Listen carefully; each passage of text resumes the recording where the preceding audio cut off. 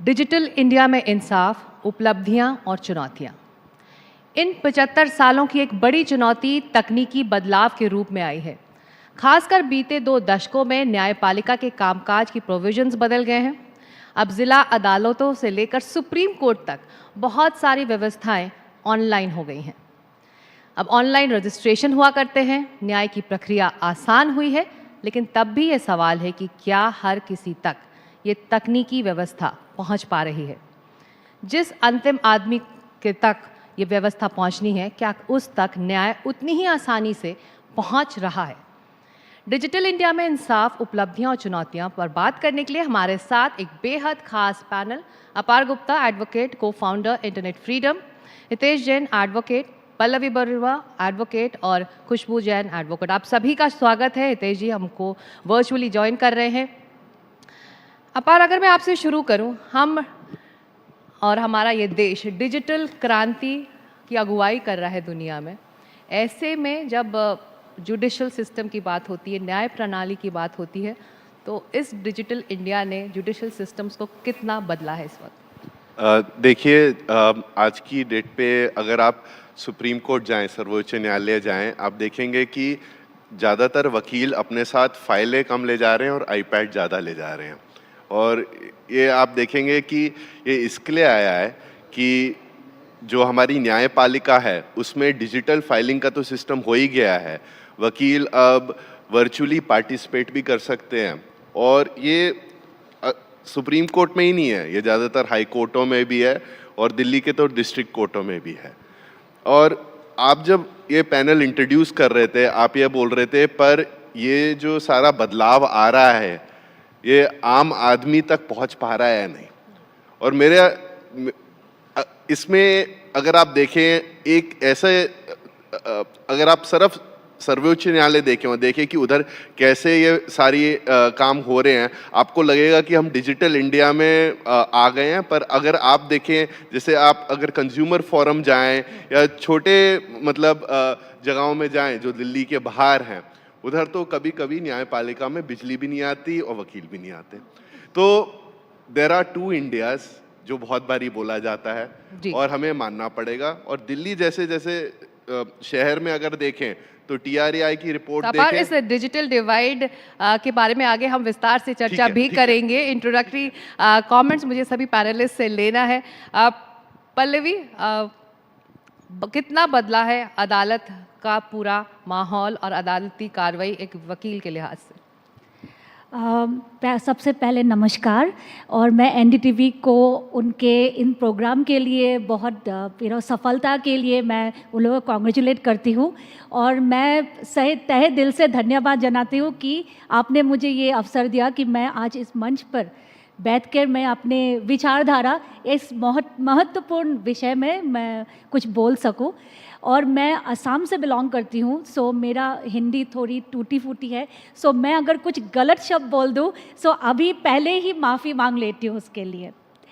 सो आपने जो प्रश्न पूछा, मैं एक स्टोरी बताऊँ, अपनी स्टोरी है मेरी। सो मेरे पास ऑफ कोर्स हम लोग जब लॉयर्स बन रहे थे या बनने की ड्रीम कर रहे थे तो बुक्स ही हम लोग को बहुत फैसिनेट करता था, बट बुक्स ऑफ कोर्स बहुत एक्सपेंसिव होते हैं। सो जब मैंने प्रैक्टिस शुरू किया कुछ सालों के बाद, सो ये आ गया था, आपका डिजिटल हो गया था बहुत कुछ। तो मेरे क्लाइंट जब आते हैं ना, मैं 2-3 अलमारी बुक्स के रखी हुई हूँ, लेकिन कभी मैं उन लोगों को खोल के भी नहीं देखती हूँ, मेरा बुक्स यहीं पे है। तो बेसिकली वो लोग आके बोलते थे कि वकील साहिबा आपका बुक्स किधर है? तो मैं बोलती थी कि यही है मेरा बुक्स, एवरीथिंग। आपको क्या चाहिए, अगर आपको US के भी जजमेंट चाहिए मैं यहीं से आपको निकाल के दूंगी। ऑफ कोर्स एक तो ये बात है कि लीगल रिसर्च बहुत सालों से शुरू हो गया था, ऑनलाइन लीगल रिसर्च बहुत इजी हो गया है लॉयर्स के लिए काम। I don't know 30 years back लोग कैसे, हम लोग के जो सीनियर्स है वो लोग कैसे कैसे काम करते थे without the use of technology. एक वो है। फिर कोविड के बाद, कोविड के अराउंड जब कोर्ट शुरू हो गया तो हम लोग के कोर्ट प्रोसीडिंग्स भी ऑनलाइन होने लगे। तो मैं उस टाइम एक्चुअली सुप्रीम कोर्ट में मैं फिर वापस आई थी, तो सुप्रीम कोर्ट में एडवोकेट ऑन रिकॉर्ड के लिए मैं इंटर्नशिप कर रही थी। अभी तो कोविड के टाइम में ज़्यादा तो ट्रैवल नहीं कर सकती थी, लेकिन कोर्ट प्रोसीडिंग्स में रेगुलरली मैं कोर्ट प्रोसीडिंग्स में थी, बिकॉज आई कुड गुवाहाटी में बैठकर मैं कोर्ट प्रोसीडिंग्स इजीली अटेंड कर रही थी, जहाँ पे मेरा अपीयरेंसेस भी मार्क हो रहा था। तो इसीलिए मुझे लगता है कि डिजिटल हम लोग का डिजिटली जो इंडिया डिजिटल दौर की तरफ एकदम तेज़ी से आगे बढ़ रहा है, वो definitely it's a very interesting phase. Of course बहुत सारे प्रोस एंड कॉन्स भी है जो हम लोग डिस्कस करेंगे बाद में। बिल्कुल, कोविड-19 ने इसकी नींव रखी खुशबू, और अब एक तरह से रोज़ाना एक प्रक्रिया का हिस्सा बन चुका है डिजिटल कोर्ट या फिर ऑनलाइन कोर्ट। तो ऐसे में आप जो नींव एक मजबूरी की वजह से रखी गई थी, लेकिन अब वो एक सहूलियत सबके लिए बन चुकी है। जी बिल्कुल, अगर आप देखोगे तो इतनी हियरिंग्स होती है जो नॉन इफेक्टिव हियरिंग्स होती है, उसमें आना, और अगर आप देखेंगे तो सुप्रीम कोर्ट दिल्ली में है, उस सुप्रीम कोर्ट के लिए आप किसी केरला या किसी तमिलनाडु या मध्य प्रदेश से कोई आके ट्रैवल करे और अपनी हियरिंग के लिए सुने, ये तो पहला हुआ। दूसरा हुआ, जब आप दूसरी कोर्ट्स की भी बात करें, अगर हाई कोर्ट्स की भी बात करें, तो अपनी जगह से वहाँ पे जाना और उस चीज़ को करना, और कभी नॉन इफेक्टिव हियरिंग हो गई किसी कारण से, किसी चीज़ से, तो ये एक समय की भी जो बचत है उसको लेकर। तीसरी चीज़ अगर आप देखोगे, जो आप बोल रहे हो कि हुआ तो कोविड के कारण शुरू, पर अगर आप देखोगे जो 3 नए लॉज आए हैं जो 1 जुलाई से आए हैं, उसमें टेक्नोलॉजी को लेकर इतने चेंजेस आ गए हैं, जहां पर यहां तक बोल दिया गया है कि आप अगर पुलिस कंप्लेन कर रहे हैं तो आप स्टेटमेंट ऑनलाइन रिकॉर्ड कर सकते हैं if you are a women. Number 2, अगर आप विटनेस है, हम जस्टिस डिलेड की बात करते हैं, पेंडेंसी की बात करते हैं, तो अगर आप विटनेस हैं तो आप, अगर डिफ़िकल्टी है तो आप प्रोसेस कर सकते हैं कि मैं अपना स्टेटमेंट, अपना क्रॉस एग्जामिनेशन ऑनलाइन दे सकता हूँ, उसकी आप रिक्वेस्ट कर सकते हो। तो अगर आप देखोगे तो overall digital aspect in judiciary बहुत अच्छे से सम गया है, नहीं सिर्फ रोज़मर्रा की ज़िंदगी में नहीं, बट अगर आप लॉ में देखोगे तो वहाँ पे भी अडॉप्टेशन आ गया है, बहुत चेंजेस आ गए हैं। I can take 2 hours to make whole changes कि कितने चेंजेस आ चुके हैं टेक्नोलॉजी को लेकर, जहाँ पे जुडिशरी की बात की गई है, जहाँ पर आप मैं अगर कोर्ट में जाने की बात करते हैं तो हम डरे नहीं, हम टेक्नोलॉजी का यूटिलाइज़ करें। जहाँ पेंडेंसी की बात करें वो पेंडेंसी कम हो जाए, जहाँ पर समय लगता है जिस चीज़ के लिए वो समय कम हो जाए, जहाँ पर लोगों को डर लगता है, आपको और मुझे भी, कि यार विटनेस अगर मैं किसी मैटर में बन गया या बन गई तो बहुत बार कोर्ट जाना पड़ेगा, तो दूर ही रहे तो बेटर है। यही अच्छा प्रैक्टिकल सॉल्यूशन हम से हम सबको वो चीज़ लगती है कि अगर 50 बार मुझे कोर्ट जाना पड़ेगा किसी चीज़ के लिए तो मैं क्यों विटनेस बनूं, तो वहाँ पर भी आपने इस तरीके के प्रोविज़न ला दिए हैं। तो ओवरऑल अगर आप देखोगे तो ऑनलाइन हियरिंग से लेकर, ऑनलाइन स्टेटमेंट रिकॉर्डिंग से लेकर, वुमेन रिलेटेड जितने एस्पेक्ट्स हैं उनको लेकर टेक्नोलॉजी का बहुत अच्छे से इस्तेमाल किया गया है, ताकि effective, speedy and timely manner से जस्टिस सिस्टम अवेलेबल हो पूरी जनता को। तो क्या ये प्रोसेस समावेशी है भी या नहीं, इसी को समझने के लिए अब हितेश जी के पास चलते हैं। हितेश जी, डिजिटल जुडिशल प्रोसेस ने सबकी लाइफ को, सबके जीवन को आसान ज़रूर किया है, वकीलों के, उनके क्लाइंट्स के, लेकिन क्या ये इंक्लूसिव है, क्या ये समावेशी है? देखिए, अगर आप सबसे पहले तो मैं आप सबको अभिनंदन और बधाई देता हूँ कि इतने अच्छे विषय को संविधान दिवस पर आपने जो आज पैनल डिस्कशन रखा है, इसके बहुत मायने हैं। जब हम संविधान की पहली बात करते हैं तो संविधान के 4 बहुत इंपॉर्टेंट पहलू हैं: जस्टिस, लिबर्टी, इक्वालिटी और फ्रेटर्निटी। और इसको अगर आप टेक्नोलॉजी से जोड़ो तो मेरा मानना है कि अगर टेक्नोलॉजी का सही इस्तेमाल किया गया तो हम संविधान के ये जो प्रियम्बल में जो चारों जो पिलर्स है, हम ये सारे अचीव कर सकते हैं। जैसे कि मेरे पूर्वी पहले के जो पैनलिस्ट ने जैसे बताया कि आज कोर्टों में वकीलों का तो काम आसान हुआ ही है, जस्टिस डिलीवरी का भी काम आसान हुआ है, पर आम जनता का भी काम आसान हुआ है। आज अगर आप तीनों हमारे जो लेजिस्लेशन देखेंगे जो 1 जुलाई को आए हैं, पीनल कोड है, एविडेंस एक्ट है और क्रिमिनल प्रोसीजर कोड है, अब तीनों ये जो लीगल जो प्रोविजंस जहाँ पर आम जनता का रेगुलरली काम पड़ता है, तो उसमें टेक्नोलॉजी के बारे में इतना बताया गया है कि टेक्नोलॉजी से आप आमूलचूल परिवर्तन ला सकते हैं। लोगों का जो कंप्लेंट है कि एक्सेस के बारे में, डिजिटल डिवाइड के बारे में, जब इंफॉर्मेशन के बारे में, ये सारी जो आम लोगों की जो कंप्लेंट्स होती है कि भाई the justice is out of the reach of common man, जो बताते हैं, और justice is not affordable for common man.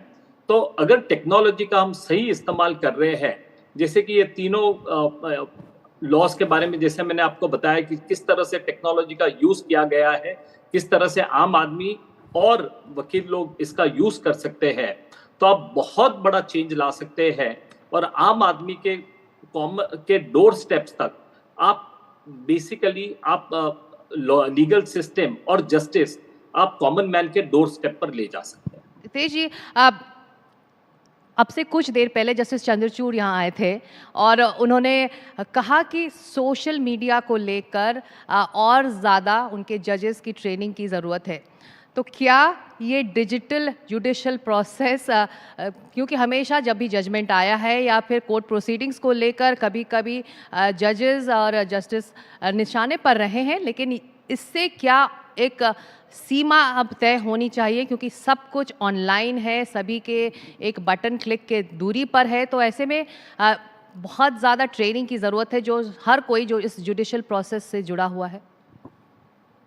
देखिए, जस्टिस चंद्रचूड़ ने बहुत सही बात बताई है कि सोशल मीडिया ट्रेनिंग और सोशल मीडिया का एक्लेमेटाइजेशन एंड उसके साथ साथ freedom of expression and what should be, how we can prevent misinformation and disinformation, इन सब की ट्रेनिंग होना चाहिए।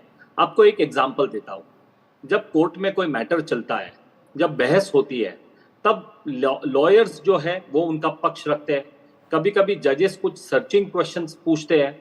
आज के तारीख में आप देखेंगे तो काफ़ी सोशल मीडिया प्लेटफॉर्म्स हैं, जिस तरह क्रिकेट की बॉल बाय बॉल कमेंट्री होती है, उसी तरह कोर्ट के प्रोसीडिंग्स की भी कमेंट्री होती है। कभी कभी जजेस आपसे जब आपको एक सवाल इन नॉर्मल पार्लांस के, उनको कुछ इंक्वायरी है, कुछ आप उनको पूछना है फॉर क्लैरिटी, जब सवाल पूछते हैं तो उस प्रश्न को जो है वो कॉमन लोगों के सामने जजेस के ऑर्डर के तरफ पेश किया जाता है या जजेस की फाइंडिंग की तरफ पेश किया जाता है। किस तरह के एक्सप्रेशंस आपको कोर्ट में यूज करने हैं, किस तरह की वोकैबुलरी आपको यूज करनी है, ना कि सिर्फ कॉमन लिटिगेंट्स के लिए या लॉयर्स के लिए, बट इवन जजेस के लिए ये ट्रेनिंग की जरूरत है। क्योंकि अनइंटेंशनली, और आप जब कोई स्टेटमेंट देते हो तो उसका जो इम्पैक्ट होता है, उसका जिस हिसाब से रिप्रेजेंटेशन होता है, ये सारे चैलेंजेस एंड डिजिटल रेवोल्यूशन में अपॉर्चुनिटी भी है और डिजिटल रेवोल्यूशन में चैलेंजेस भी है। और बेसिक चैलेंजेस है मिस इन्फॉर्मेशन एंड डिसइंफॉर्मेशन का। और यही मिस इन्फॉर्मेशन और डिसइंफॉर्मेशन को अगर आपको प्रिवेंट करना है तो आपको ये सोशल मीडिया की जो ट्रेनिंग है, किस तरह से यूज करना है और किस तरह से इसका बेसिकली आप इन नॉर्मल पार्लेंस यूज करें, तो इसका आगे चलते हुए इसमें हमें ध्यान देने की बहुत जरूरत है। जी, पल्लवी और खुशबू, आप दोनों से मेरा सवाल है कि एक ह्यूमन टच हुआ करता था जब अदालती कार्रवाई चलती थी। क्लाइंट है, मुजरिम है, जज है, सब फिजिकली प्रेजेंट है। अब सब दूर दूर हैं, ऑनलाइन है, तो वो ह्यूमन टच मिस अगर होता है तो इसमें किसी तरह का असर होता है प्रोसेस में? एक्चुअली देखा जाए तो यस, थोड़ा बहुत तो इफेक्ट पड़ता है, because you are not in front, अब सामने नहीं है। और मैंने ये भी नोटिस किया है कि कभी कभी अगर आपको वकील को अगर जज को कुछ समझाना है, तो अगर हम लोग डिजिटली है तो हो सकता है हम प्रॉपरली एड्रेस नहीं कर पाए, जो सामने बैठ के हम लोग अच्छे से बात कर पाएंगे। क्योंकि अगर कभी होता है, वो डेफिनेटली हम लोग सब ये एक्सपीरियंस करते हैं कि जज बोलते हैं कि नहीं, केस में कुछ नहीं है, और लॉयर्स हम लोग पूरा जोर शोर से लगे रहते हैं कि हम लोग जाते नहीं। लेकिन अगर ऑनलाइन हियरिंग में है तो क्या होता है, हम लोग को हटा दिया जाता है, सो दैट नेक्स्ट जो केस वो आगे आ जाता है। सो उसमें आई थिंक थोड़ी मुश्किलें तो आती है, लेकिन ये है जैसे एग्जैक्टली आपने बोला कि कोई लॉयर अगर कहीं और है तो अगर वो नहीं ट्रैवल कर पा रहे, सुप्रीम कोर्ट नहीं ट्रैवल कर पा रहे या दिल्ली हाई कोर्ट नहीं ट्रैवल कर पा रहे, एटलीस्ट वहाँ से वो अटेंड कर सकते हैं। तो एडजर्नमेंट का जो जो एडजर्नमेंट तारीख पे तारीख जो हम लोग सुनते रहते हैं, उसका थोड़ा डेफिनेटली थोड़ा कमी हो गया है, बिकॉज आप कहीं पे भी हो आप डेफिनेटली अटेंड कर पाओगे।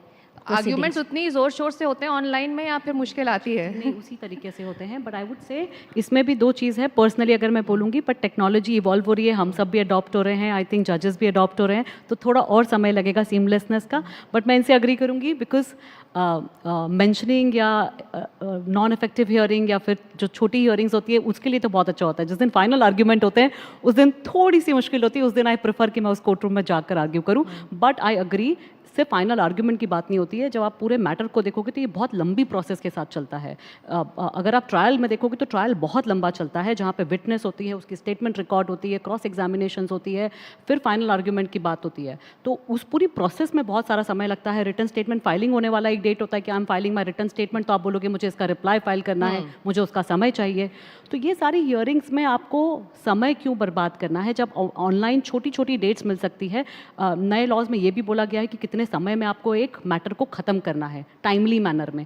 तो जब उन सब चीज़ों की बात होगी तो ऑनलाइन होने से ये बहुत अच्छा हो गया है, क्योंकि अगर मैं एक मैटर के लिए कोर्ट में जाती हूँ तो मैं वेट कर रही हूँ कि मेरा 46 नंबर आएगा, तो मैं उसका वेट कर रही हूँ। वहीं पे मैं अगर 3 और मैटर्स है और मैं अपने ऑफिस से बैठ के वो तीनों मैटर्स घर पे कर सकती हूँ या ऑफिस में कर सकती हूँ, तो सीमलेसली वो तीनों मैटर्स अटेंड होकर मैं अगली डेट, लंबी डेट नहीं मांगूंगी या क्रॉस डेट नहीं मांगूंगी कि इस दिन मैं ऑक्यूपाइड हूँ तो दूसरा डेट दे दीजिए।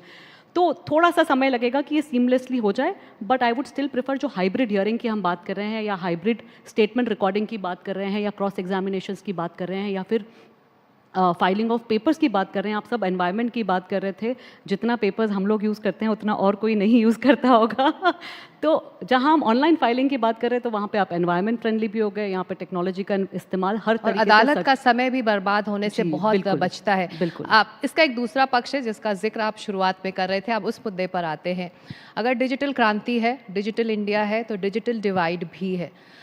लास्ट मैन स्टैंडिंग, क्या उस तक इंसाफ पहुंच रहा है इस डिजिटल प्रक्रिया से? इस पर सवाल बनता है। ऐसे में डिजिटल साक्षरता, लिटरेसी, इलिटरेसी को लेकर अभी भी बहुत काम होना बाकी है। बहुत काम होना बाकी है, पर हमें ये भी देखना चाहिए कि जैसे कम से कम बड़े शहरों में जो है उधर ये जो काम हो रहा है उससे कितने लोगों को एक्चुअल बेनिफिट हो रहा है, और काफ़ी लोगों को हो रहा है। दिल्ली में जैसे बोल रहा था, अगर आप सरकार के रिकॉर्डेड फिगर्स देखें ऑफ टेली कनेक्टिविटी कि कितने लोगों के पास ब्रॉडबैंड कनेक्टिविटी या इंटरनेट कनेक्शन है दिल्ली में, करीबन एक व्यक्ति के लिए 3 इंटरनेट कनेक्शन है दिल्ली में। पर फिर भी इसका मतलब है ये नहीं है कि हर परिवार में भी एक स्मार्टफोन हो। तो कभी कभी हमें इस जब आप दिल्ली से बाहर जाते हैं, अगर आप नोएडा की तरफ भी जाएं, उनके डिस्ट्रिक्ट कोर्टों में जाएं, तो आप देखेंगे कि उनमें काफ़ी काम करना बाकी है। पर मैं ये तो मानूंगा कि आप जितनी डिजिटल सर्विसेज डाल रहे हैं कोर्ट्स के अंदर, जो ये ई कोर्ट्स प्रोजेक्ट के थ्रू हो रहा है, वो काफ़ी सही हो रहा है। और केसेस भी अलग अलग प्रकार के होते हैं। जैसे अगर आपको कोई जुर्माना भरना है अपनी गाड़ी के लिए, अगर आपका पोल्यूशन है या आपको कोई आपने कोई इंटरस्टेट ट्रैवल किया है, वो चीज़ें ऑनलाइन आसानी से हो सकती हैं। पर देखिए कुछ कुछ जैसे अभी दूसरे पैनलिस्ट भी बता रहे थे, जैसे क्रिमिनल ट्रायल होनी है, क्रॉस एग्जामिनेशन होना है विटनेस का, सरकारी विटनेसेस हैं, पुलिस ऑफिसर आ रहे हैं, इन्वेस्टिगेटिंग ऑफिसर आ रहे हैं, उसमें इन पर्सन प्रेजेंस की ज़रूरत होएगी। और मेरे को लगता है ज़्यादातर जो न्यायपालिकाएं हैं वो स्टेट बाय स्टेट इस अप्रोच को ले रही हैं कि डिजिटाइजेशन कैसे करा जाए। और ये भी हमें समझना चाहिए कि हमारे जो कोर्ट्स हैं वो हाई कोर्ट और सबॉर्डिनेट कोर्ट्स हैं, पर बहुत सारे दूसरी भी जगहें बनी हुई हैं, जैसे डिस्ट्रिक्ट फोरम होता है। डिस्ट्रिक्ट फोरम जैसे आपने कुछ चीज़ खरीदी, वो जिससे आपने खरीदी वो सही नहीं चल रही है, आपको अपने पैसे वापस चाहिए या आपको रिप्लेस करवाना है, जैसे वॉशिंग मशीन या कुछ भी, आप डिस्ट्रिक्ट फोरम में डालते हैं। तो सुप्रीम कोर्ट में तो वर्चुअल हियरिंग चल गई। इन छोटे फोरम्स में जैसे डिस्ट्रिक्ट कंज्यूमर फोरम होएगा, उन जगहों में पिछले साल जैसे एक द्वारका का सर्कुलर निकला था, उन्हें 2 दिन अपना कोर्ट बंद करना पड़ा क्योंकि उधर कूलर भी नहीं था। तो ये ग्राउंड लेवल की जो रियलिटी है, जो बेसिक इंफ्रास्ट्रक्चर जो है वो भी होना पड़ेगा, डिजिटाइजेशन भी होना पड़ेगा, पर बहुत काम करने की ज़रूरत तो है। अब मेरा सवाल, अगला सवाल आप चारों से ही है। आर्टिफिशियल इंटेलिजेंस की बात हम आज के दिन कर रहे हैं और इसका एक एडवांटेज भी है और उसके डिसएडवांटेजेस भी हैं, और ख़ास तौर से अगर हम जुडिशल प्रोसेस की बात करें तो उसके डिसएडवांटेजेस को, इस प्रोसेस को बचा कर रखना है। ऐसे में हितेन जी, आपको क्या लगता है कि किस तरह के चेक्स हो सकते हैं ताकि ये खतरे जुडिशल प्रोसेस पर हावी ना हो? देखिए, चेक्स तो काफी रखने पड़ेंगे, क्योंकि पिछले 6 महीनों में आपने देखा होगा कोई वर्चुअल कोर्ट के एक मामला आया था जिसमें वर्चुअल सुप्रीम कोर्ट बताया गया था, और किसी उद्योगपति ने कंप्लेंट किया कि उसने 4 करोड़ की फाइन भरी और तब उसको पता चला कि वो कोई वर्चुअल सुप्रीम कोर्ट की हियरिंग नहीं थी। आपने आजकल सुना रहेगा, काफी लोग शिकायतें कर रहे हैं, वर्चुअल सीबीआई कोर्ट्स हो रहे हैं, वर्चुअल एनसीबी कोर्ट्स हो रहे हैं, इसके काफी मिसयूज हो रहे हैं। आर्टिफिशियल इंटेलिजेंस का यूज करके आप जजेस को फ्रेम में डाल सकते हैं और जो शब्द है किसी और के आप स्पूफिंग वगैरह कर सकते हो। तो इसी तरह की टेक्नोलॉजी अपॉर्चुनिटीज भी क्रिएट करता है, पर टेक्नोलॉजी के चैलेंजेस भी बहुत है। पर टेक्नोलॉजीज इवॉल्व होगी और इस चैलेंजेस के सोल्यूशंस भी हमें ढूंढना होगा। बट बेसिकली इसमें लोगों को एक कॉमन सेंस और अवेयरनेस की भी जरूरत होती है। फॉर एग्जाम्पल, जो भी मामला सामने आए जहां पर लोगों ने शिकायतें की है कि उन्हें फंसाया गया है, गलत कोर्ट्स है, झूठे सीबीआई है, झूठे एनसीबी के हियरिंग्स हो रहे हैं, तो उन्हें अपना कॉमन सेंस और अवेयरनेस की भी यूज करनी होगी। As a society we will have to create awareness and we will have to keep them guiding. मेरा पर्टिकुलरली एक सेक्शन जो है हमारे सोसाइटी का, जो 50 एंड अबव जो है, वो आज भी इतना टेक्नोलॉजी सेवी नहीं है, तो उन लोगों को भी गाइडेंस देना बहुत जरूरी है, क्योंकि काफी लोग आजकल स्मार्टफोन्स यूज कर रहे हैं, आईपैड्स यूज कर रहे हैं, डिजिटल इंस्ट्रूमेंट्स यूज कर रहे हैं। They are trying to come to terms with those digital equipments. तो ऐसे में हमारा काम होगा कि जहां तक एक साइड में जहां पर टेक्नोलॉजी में रिवॉल्यूशन होगा, बट हमें एक अवेयरनेस और एजुकेशन, इसकी बहुत जरूरत है और ये कंटिन्यूअस प्रोसेस शुरू रहना चाहिए। हितेश जी, ऐसे में ज़रूरी सवाल ये भी है कि डिजिटल न्याय प्रणाली में डेटा सुरक्षा और गोपनीयता सुनिश्चित करने के लिए न्यायपालिका को बहुत सारे कदम भी उठाने होंगे। देखिए, न्यायपालिका को तो कदम उठाने होंगे, पर सरकार ने सबसे पहले कदम उठा दिया है। हमारे पास आज डेटा प्रोटेक्शन एक्ट है, रूल्स अब शीघ्र ही नोटिफाई, जो जानकारी हमने पढ़ी है, रूल्स भी शीघ्र ही आ सकते हैं, तो उसके द्वारा भी हम डेटा को तो काफी प्रोटेक्ट करेंगे। पर डेटा प्रोटेक्शन और जो मैंने चैलेंजेस आपको बताए, ये 2 सेपरेट बातें हैं, क्योंकि डेटा प्रोटेक्शन, यहाँ मैं जो आपको बता रहा हूँ चैलेंजेस, वहाँ एआई का यूज कर रहे हैं, जहां पर वो artificial voice that have been created, आप फ्रॉडुलेंट जजमेंट्स बना रहे हैं, आप फेक नोटिसेस बना रहे हैं, वो टेक्नोलॉजी का यूज कर रहे हैं। आप टेक्नोलॉजी के थ्रू आप ईमेल्स, व्हाट्सएप का यूज कर रहे हैं, टेलीग्राम का यूज कर रहे हैं टू कम्युनिकेट। तो इन सारे मामले में जब बात आती है कि ऑथेंटिक क्या है, whether the hearing is authentic, whether the document is authentic and all, तो ये एक और चैलेंज है। और डेटा प्रोटेक्शन की बात जो है वो दूसरा चैलेंज। इसी को आगे बढ़ाऊंगी बहुत सिंपल भाषा में, ताकि हमारे जो दर्शक हैं वो भी समझ पाएं। साइबर खतरों से मुकाबला करने की तैयारी डिजिटल इंडिया को करनी होगी, तो ऐसे में ये तैयारी इस पूरे प्रोसेस में, इस प्रक्रिया के लिए भी दिखती है इस वक्त? बिल्कुल। देखिए, ज़्यादातर आज की डेट पे जो ज़्यादातर स्कैम हो रहे हैं वो इसके लिए हो रहे हैं कि लोगों को डराया जाता है और एक मैसेज भेजा जाता है कि आप बिल दीजिए, आपका बिजली का बिल पूरा नहीं हुआ, मेरे को ही मैसेज आया, और रात को आके हम काट देंगे। उसमें मेरा नंबर था इलेक्ट्रिसिटी मीटर का, बिल का करेक्ट अमाउंट था, और बोला बस आपके पैसे नहीं गए क्योंकि सर्वर नहीं चला। और व्हाट्सएप पे आया, उस पर BSES का लोगो भी था। इन चीज़ों में जब भी आपको एक सेंस ऑफ अर्जेंसी क्रिएट हो, जिसमें आपको लगे आप पे दबाव डाला जा रहा है, मैं हमेशा ये बोलूँगा, आप 2 बारी सोचिए, आप अपने एक्चुअल बिल पे जाइए, उसका एक्चुअल नंबर लीजिए और एक बारी वेरीफाई करिए। बैंकिंग इन्फॉर्मेशन अपनी शेयर मत करिए, पर्सनल डिटेल शेयर नहीं करिए, और अगर आपको लग रहा है कुछ गलत आपके साथ हो रहा है या आपको जल्दबाजी में डाला जा रहा है, तो ज़्यादातर वो कुछ गलत ही होगा। तो अपने आप को सावधान रखिए थोड़ा। आप आप दोनों से मेरा ये सवाल कि संवेदनशील जो न्यायिक डेटा है उसको मैनेज करने के लिए पारदर्शिता और जवाबदेही दोनों की ही ज़रूरत है, तो इस पर काम होता आपको दिखा है जुडिशल प्रोसेस में? संवेदनशील जो सेंसिटिव डॉक्यूमेंट्स हैं या फिर सेंसिटिव डेटा है इस जुडिशल प्रोसेस से जुड़ा हुआ, क्या उसको संभालने के लिए काम हो रहा है इस प्रोसेस में? सो एक्चुअली एक डिजिटल इंडिया एक्ट भी इट इज़ इन प्रोसेस। सो जो हम लोग के इंफॉर्मेशन टेक्नोलॉजी एक्ट है 2000 का, उसको रिप्लेस करेगा। और माना जा रहा है कि वो बहुत एक कॉम्प्रिहेंसिव रेगुलेशन लाने वाला है। जिसमें ये सब सेंसिटिव डेटा कैसे प्रोटेक्ट किया जाता है, हाउ डू वी, और जैसे अभी Jain sir also mention how we have to take care of everything that is happening, like data protection, वो सब का provisions I think as far as we have heard is that this Digital India Act जो है उसमें ये सब comprehensively decide किया गया है, और ताकि sensitive information हमेशा से protected रहे तो उसका भी जिक्र किया गया है। नाउ ओनली हम लोग को समय ही बताएगा वेदर, मतलब उसका डेफिनेटली हर एक्ट का हम लोग देखते हैं कुछ ना कुछ एक लूप होल्स आते हैं, देन फाइनली जुडिशरी को स्टेप इन करना पड़ता है, इंटरप्रेट करके कैसे गाइडलाइंस निकलने आते हैं, एंड देन हाउ हम वी कैन प्रोटेक्ट इट।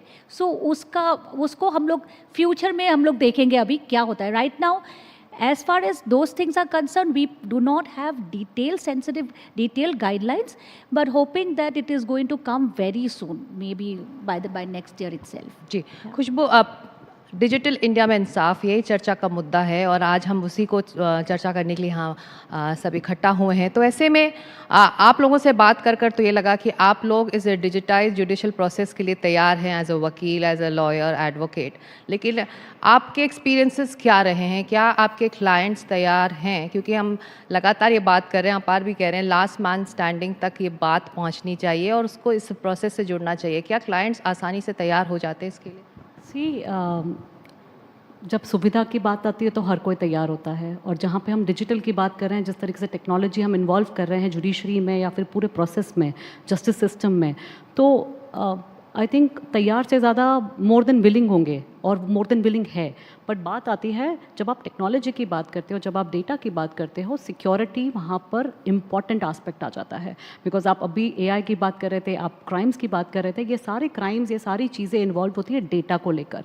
जिसके पास में डेटा है उसके लिए बहुत आसान है आपको ट्रस्ट करवाना, और जब आपको ट्रस्ट करवा ले तो उसके बाद में क्राइम को करना बहुत आसान है। तो दो तरफ है, एक तरफ तो आप अवेयरनेस फैला रहे हो कि आप ऑनलाइन आके हियरिंग देखें, आप ऑनलाइन हियरिंग अटेंड करें, आप स्टेटमेंट रिकॉर्ड करें, आप कंप्लेंट्स करें, आपको डिजिटाइज्ड ऑर्डर की कॉपी मिल जाएगी आपके घर पे, तो आपको वहाँ पे जाके सर्टिफाइड कॉपी का वेट करने के पहले ही आपके पास में कॉपी आ जाएगी, या फिर डिजिटल फॉर्मेट में आपको जजमेंट्स मिल जाएंगे। बट इसके साथ आता है एआई, इसके साथ आता है डीप फेक, इसके साथ में आता है टेक्नोलॉजी जिसका आप मिसयूज़ कर सकते हैं। मिसयूज़ मैं एक ऑर्डर का कॉपी में फेर बदल करके आपको ऑर्डर का कॉपी निकाल के दे सकती हूँ।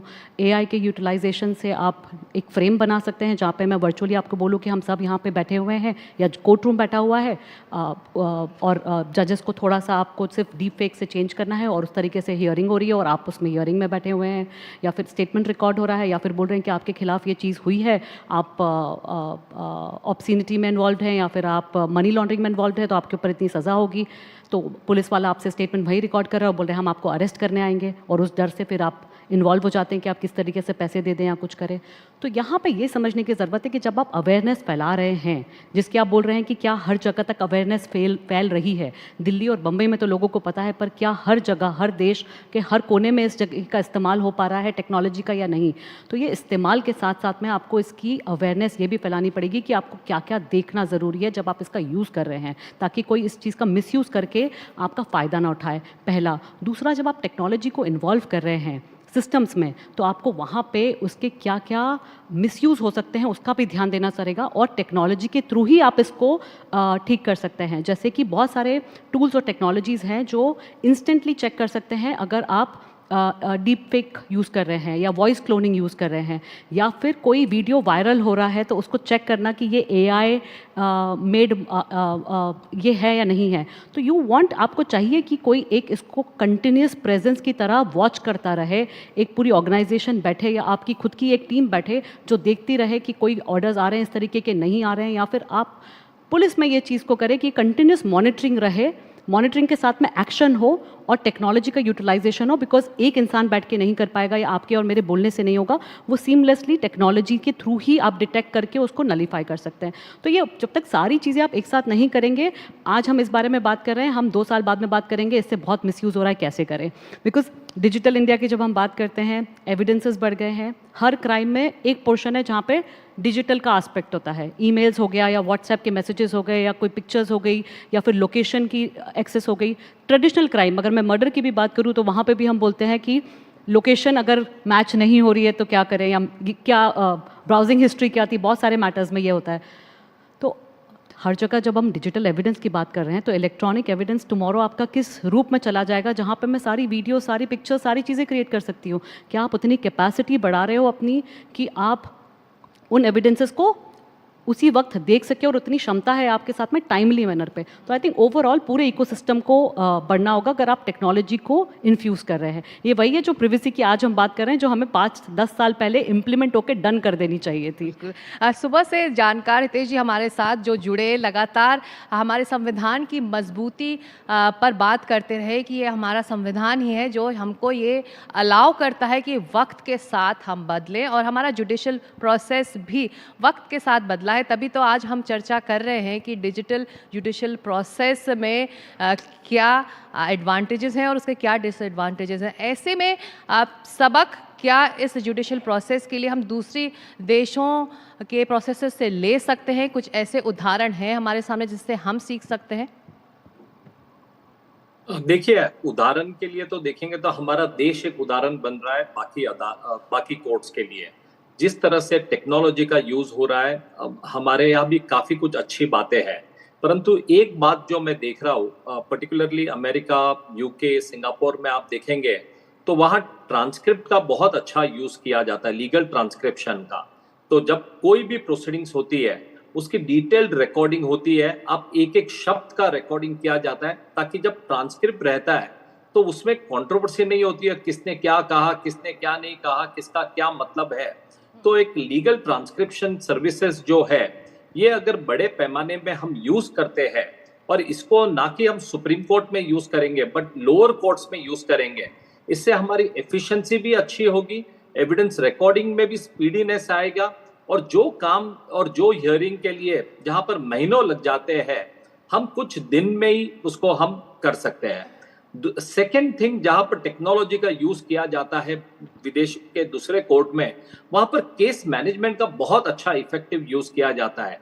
उसमें टेक्नोलॉजी एंड ह्यूमन इंटरवेंशन का यूज किया जाता है।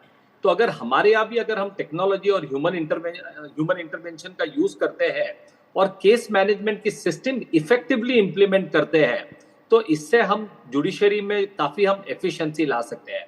हमारे यहाँ एक ही चैलेंज है, हमारे यहाँ जो डिलेज है, बैकलॉग है, स्केल है, नंबर ऑफ मैटर्स है, ये एक बहुत बड़ा चैलेंज है हमारे सिस्टम के लिए। और हमारे यहाँ दूसरा एक चैलेंज जो है, टू डिलीवर स्पीडी जस्टिस। तो यही स्पीडी जस्टिस के लिए केस मैनेजमेंट, लीगल ट्रांसक्रिप्शन, ये सारे अगर हम टेक्नोलॉजी का इफेक्टिव यूज करते हैं, और जैसे अपार ने बताया, हम हमारे निचले कोर्ट में जो जहां पर नॉर्मल आम आदमी का काम पड़ता है, जैसे कि consumer forum, criminal courts, district courts, अगर इस कोर्ट्स में अगर हम टेक्नोलॉजी का अच्छा इंफ्रास्ट्रक्चर और बेहतर कर सकते हैं, तो इससे हम जस्टिस जो है आम लोगों के डोर स्टेप्स पर ले जाएंगे। जी, इस सेशन के आखिरी पड़ाव में है, तो जो बात हितेश जी कह रहे थे उसको मैं और आगे ले जाऊं। जस्टिस डिलेड के बाद डिजिटल जुडिशल प्रोसेस क्या जस्टिस फॉर ऑल की राह पर आगे ले जा रहा है हमको? बिल्कुल, और मुझे लग रहा है कि इसमें अगर आप देखें, जैसे जस्टिस चंद्रचूड़ या पुराने भी जो चीफ जस्टिस हैं, और जो सारी सरकारें रही हैं हमारी, वो हमेशा यही जो बजट आउटले कर रही हैं, वो एक ई कोर्ट्स प्रोजेक्ट चल रहा है, काफ़ी सालों से चल रहा है, 10-15 साल हो गए। उसमें सरकार भी पैसा डालती है, कोर्ट भी बैठता है और सोचता है कि वो कैसे कर पाए। हमें हमेशा ये सोचना चाहिए कि हम कहाँ से शुरू हुए और हम कहाँ जा रहे हैं, उससे थोड़ा रियलिस्टिक गोल सेटिंग होती है। दूसरी चीज़ इसमें मैं ये बोलना चाहूँगा कि जस्टिस गवाई ने रिसेंटली बोला था कि कभी कभी हमसे ये भी बोला जा रहा है कि आप आर्टिफिशियल इंटेलिजेंस ही लगा लो सारे केसों पे, वही बता देगी नतीजा क्या हुआ है, कौन सही है कौन गलत है। उन्होंने कहा ये तो बिल्कुल गलत होगा। ये गलत इसके लिए होगा क्योंकि बहुत बारी आर्टिफिशियल इंटेलिजेंस का अगर हम इस्तेमाल करें, अगर कोई जजमेंट कोई जज दे उसको ट्रांसलेट करने के लिए, उसका सही इस्तेमाल होगा। पर अगर आर्टिफिशियल इंटेलिजेंस ही किसी चीज़ का डिसीजन ले रही है तो आर्टिफिशियल इंटेलिजेंस, द एल्गोरिथम और the software can not be held accountable. उसकी रीजनिंग बिल्कुल गलत हो सकती है। तो मेरे को लगता है हम जैसे स्टेप बाय स्टेप आगे बढ़ रहे हैं, हमें वैसे ही बढ़ना पड़ेगा और जो टेक्नोलॉजी है वो हमको हेल्प करती है। जस्टिस फॉर ऑल के लिए यही सही रास्ता है और उस तरफ हम बढ़ चुके हैं। डेफिनेटली एक एक्सेस टू जस्टिस जो आज हमारे फंडामेंटल राइट हो गया है। एक स्वप्निल त्रिपाठी करके एक केस था, उसके बाद से हो गया, तो इसीलिए आजकल court proceedings across the country सब कोई देख सकता है। और आपके in most of the courts आपके वकील ने अच्छे से बहस की कि नहीं, वो भी क्लाइंट घर बैठ के देख सकता है आज। एंड डेफिनेटली रिकॉर्डिंग्स भी रह जाते हैं। तो इसीलिए एक ये है कि और किस जज ने किस केस में क्या बोला था, तो और कैसे ट्रांसपेरेंसी एक आ गया है कोर्ट्स प्रोसीडिंग्स में, सिस्टम में। सो इसलिए I think of course it is a long way ahead. धीरे धीरे जैसे जस्ट नाउ अपार सेड कि धीरे धीरे स्टेप्स लेके जा रहे हैं, तो हम लोग डेफिनेटली बेबी स्टेप्स नहीं ले रहे, हम लोग छलांग लगा के जा रहे हैं। डेफिनेटली ऐसा एक डेफिनेटली टाइम आएगा कि सबको जस्टिस टुवर्ड जस्टिस एक्सेस ज़रूर मिलेगा। एक्सेस मिलेगा और इंतज़ार भी कम होगा, तारीख पे तारीख नहीं मिलने वाली। जी, मैंने आपको बोला था वो 3 जो लॉज आए, मैं फिर से रिपीट कर रही हूँ, वो तीनों लॉज जस्टिस फॉर ऑल की तरफ ही है। जब हम बात करते हैं कि मैं यू वर राइट कि कोर्ट्स में आना, वहाँ पे इतने इक्विपमेंट्स नहीं होते हैं, कहीं पे लाइट्स नहीं होती है, कहीं पे ये नहीं होती है। पर अगर आप उसी चीज़ को देखोगे कि एक छोटे से तालुका को अगर किसी इंसान को वहाँ से 2 दिन की जर्नी करके या 1 दिन की जर्नी करके किसी शहर में रह के अपना स्टेटमेंट रिकॉर्ड करके फिर वापस जाना और कहाँ शहर में रहना, उस सब को देखते हुए उसको आने का मन नहीं करता है 5 बार के बाद में। तो जस्टिस फॉर फिर वो सोचता है छोड़े रहने ही दे इसको, क्यों ही कोर्ट कचहरी के चक्कर लगाने हैं। तो वो जो जस्टिस फॉर ऑल की जब आप बात कर रहे हो, जस्टिस फॉर ऑल इसी कारण से है कि जब आप टेक्नोलॉजी से जस्टिस उसके डोर स्टेप पे लेकर जा रहे हो या उसके बाजू के शहर में लेके जा रहे हो या डिस्ट्रिक्ट में लेके जा रहे हो जहां उसके लिए जाना बहुत आसान है, तो वो जस्टिस फॉर ऑल सबके लिए है। और अकाउंटेबिलिटी, ट्रांसपेरेंसी, स्पीडी ट्रायल, ये 3 चीज़ें बहुत इंपॉर्टेंट है जस्टिस सिस्टम के लिए। तो इसके साथ में अगर आप डोर स्टेप पर रीच कर रहे हो तो I think it is justice for all. We are moving towards that. हमारा संविधान ही है जिसकी वजह से ये मुमकिन हो पाया है कि हम एक डिजिटल इंसाफ की तरफ बढ़ रहे हैं और उसी पर चर्चा करने के लिए हम यहाँ मौजूद हैं। बहुत शुक्रिया आप सभी लोगों का इस चर्चा में शामिल होने के लिए। Thank you.